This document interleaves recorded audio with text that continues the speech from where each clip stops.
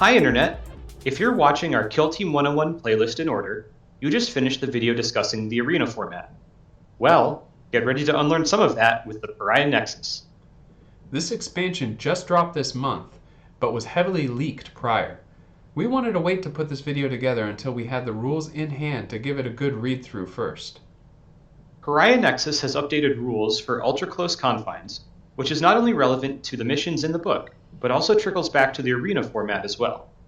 It also includes updated and upgraded datasheets for Space Marines, Death Watch, and Necron kill teams, and only those kill teams. This is a spicy topic that we're not going to cover in this video, instead sticking solely to the rules.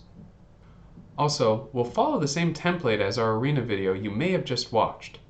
Some of the video may be repetitive as we aim for this video to be able to stand alone separate from our arena video. We will deliberately indicate which rules have changed from arena so you don't miss it. Before we go into the specifics about updates to the Ultra Close Confines rules in Pariah Nexus, which retroactively apply to arena, it's important to highlight how the mission structure is different from the other sourcebooks. The primary objectives are different from all other official Kill Team sourcebooks to date.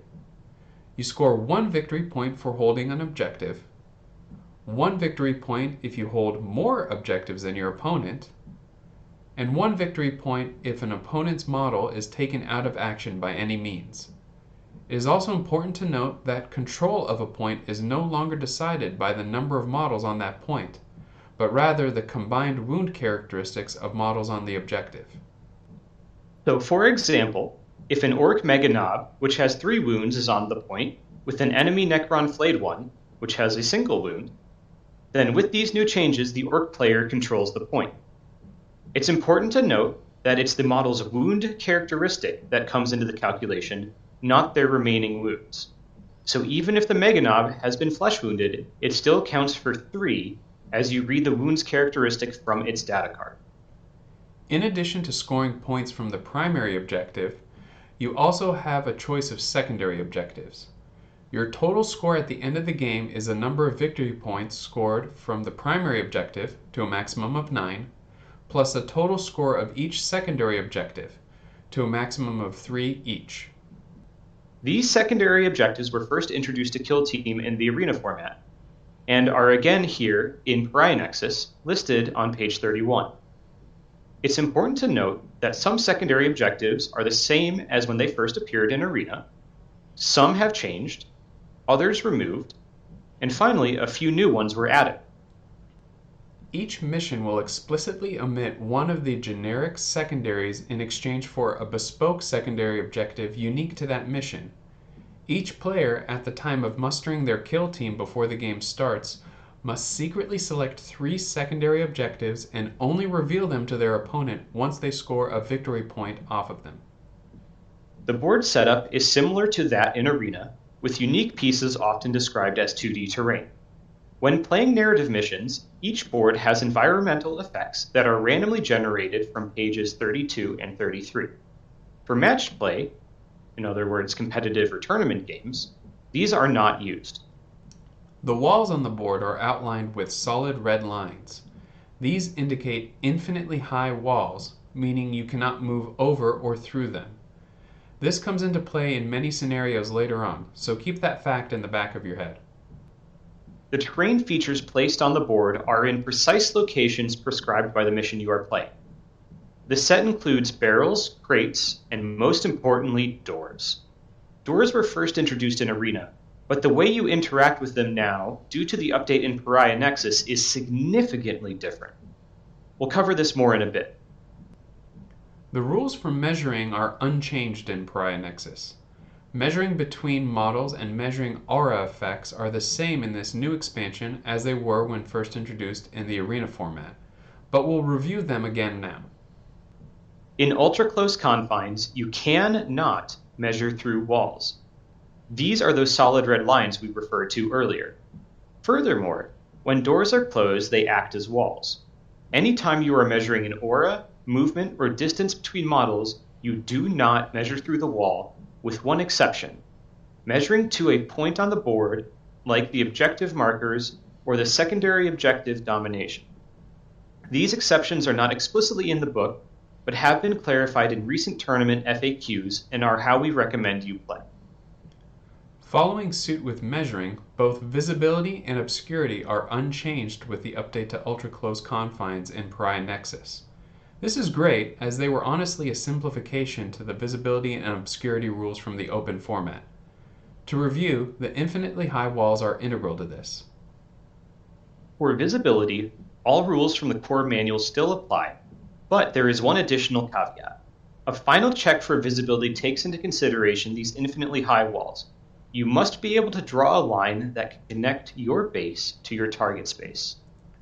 This final step overrides any other criteria for visibility, so we typically start with checking this, and then afterwards verify visibility per criteria of the core manual. For obscurity, once again, all the rules from the core manual still apply, but we also have to account for the invisible walls. They have updated the illustrations for this in the Pariah Nexus book on page 23. If you can draw a line from a single point on your model's base that can touch all parts of your target's base, then they are not obscured by the wall. If there is an intervening model or terrain feature that is providing additional obscurity, that still holds true. Both of these wall checks can be a bit slow to verify, as holding a tape measure to visualize the line is not always accurate. There are straight line laser pointers out there, such as the one we use by Army Painter called Target Lock, which speeds this process up infinitely. We encourage you to watch our Arena 101 video if you would like to see an example of how we use this laser pointer tool for determining visibility and obscurity. And finally, doors! We teased this at the top, but not only are they an important feature of the Ultra Close Confines formats, both Pariah Nexus and Arena, but the Pariah Nexus expansion updates the rules on how these doors now work. We feel these changes are an overall improvement to the flow and the enjoyment of the game. The models that are eligible to interact with doors must have the infantry keyword, and the rules for doors are described on page 23 of the Pariah Nexus book. Each mission will explicitly tell you where to set up all the terrain, including these doors. Opening doors is less restrictive than it was prior.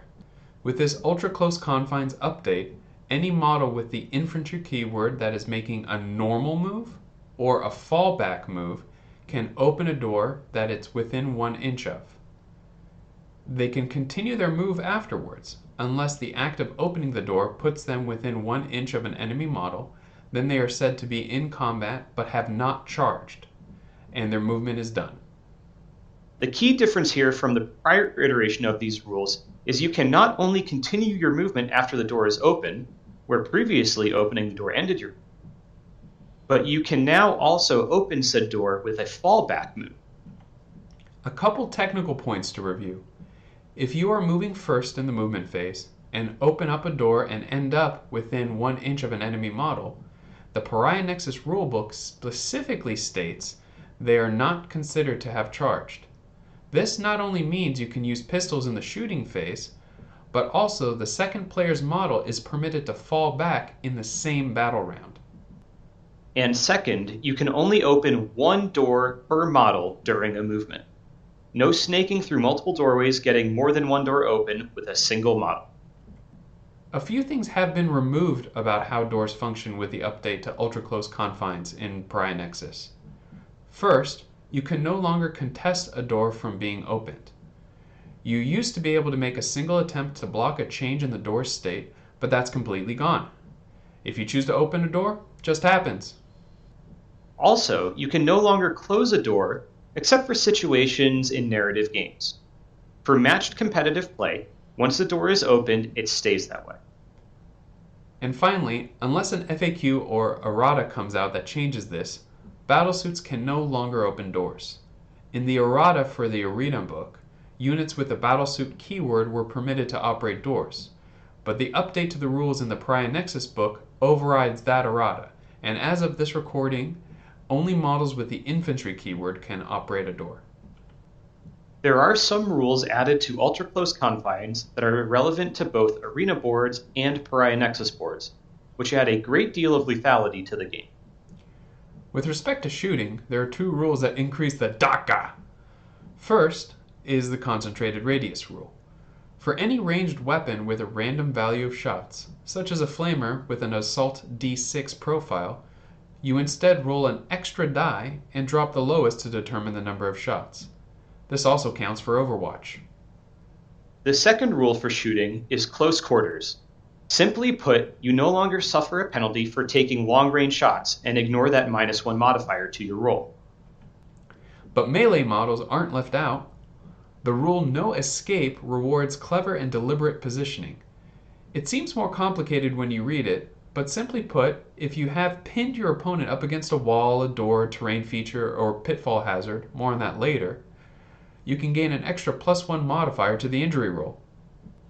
The only qualifier is that your target must be within 1 inch of any of the aforementioned elements on the opposite side from where your attack is coming from.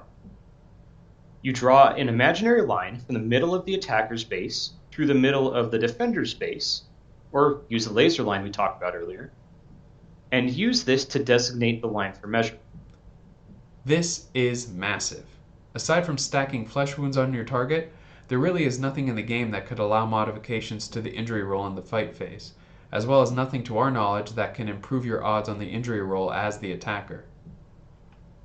But we're not through yet. The Pariah Nexus board has some unique elements that allow for some fun and powerful interactions.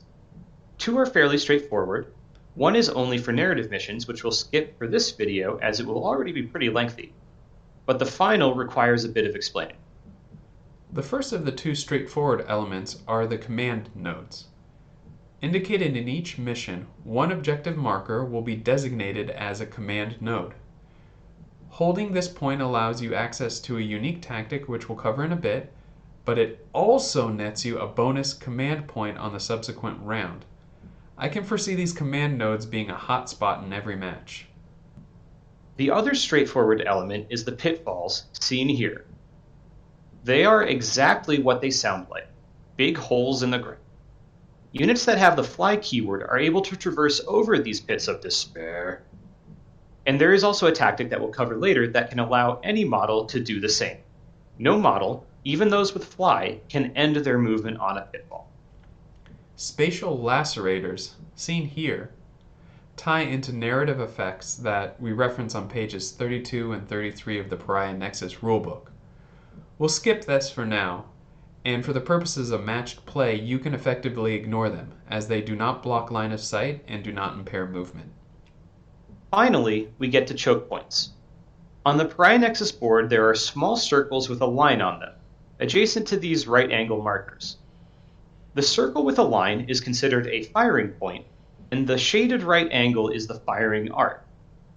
If a shooting model is in base contact with the firing point, and it can draw a line from its base to a legal target's base which passes through that firing arc, the shooting model gains +1 to its hit rolls for shots made against that target. The firing arc extends infinitely in directions of the bright white lines, but the positioning of the shooting model will dictate how far down these choke points they will actually be able to see. Wow, this is a lot of stuff, huh? But we're not through it yet. Get to the tactics, you get! Oh dear, we're at the point of the video where Emmanuel starts to get a bit orky. Oh dear. The Ultra Close Confines update in Pariah Nexus adds 6 new tactics to the format.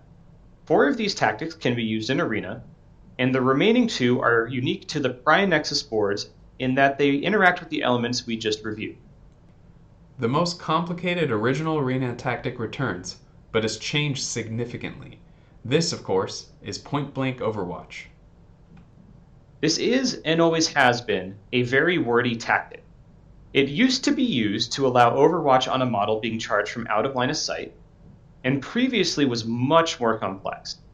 The biggest difference now is when the tactic is activated. This is best explained from the perspective of the player who is being charged.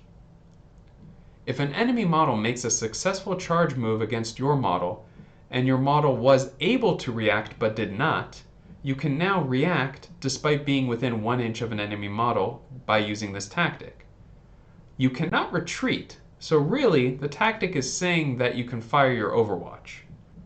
You cannot use the see them coming tactic at this time though, which is another Ultra Close Confines universal tactic that we'll go over in a bit. Since this tactic is activated after the charge is made successfully, you can no longer be baited into using this tactic. A lot of the tricks we covered in our Arena Cogboy Cogitations video are now rendered null by this update to the point-blank Overwatch tactic.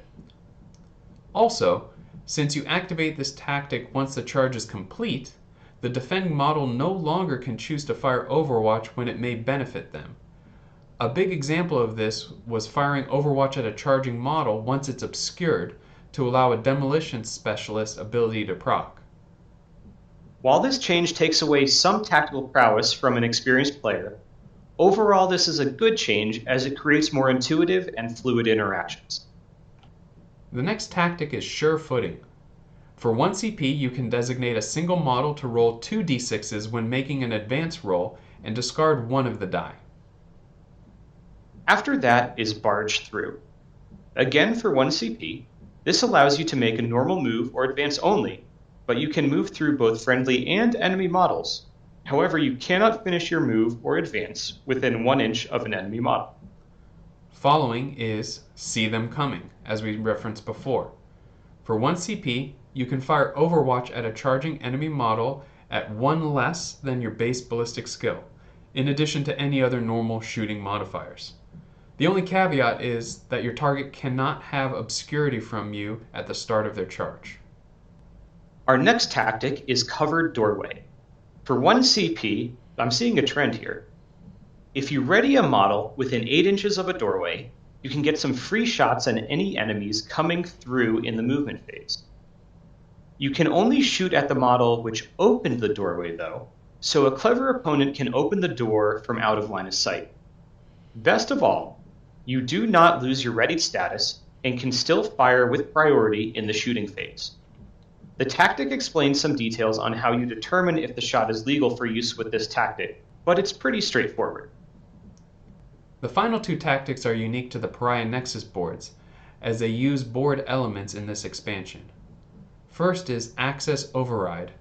For 1 CP, if you control the objective marker that is designated as the command node, you can remotely open 1 door anywhere on the battlefield.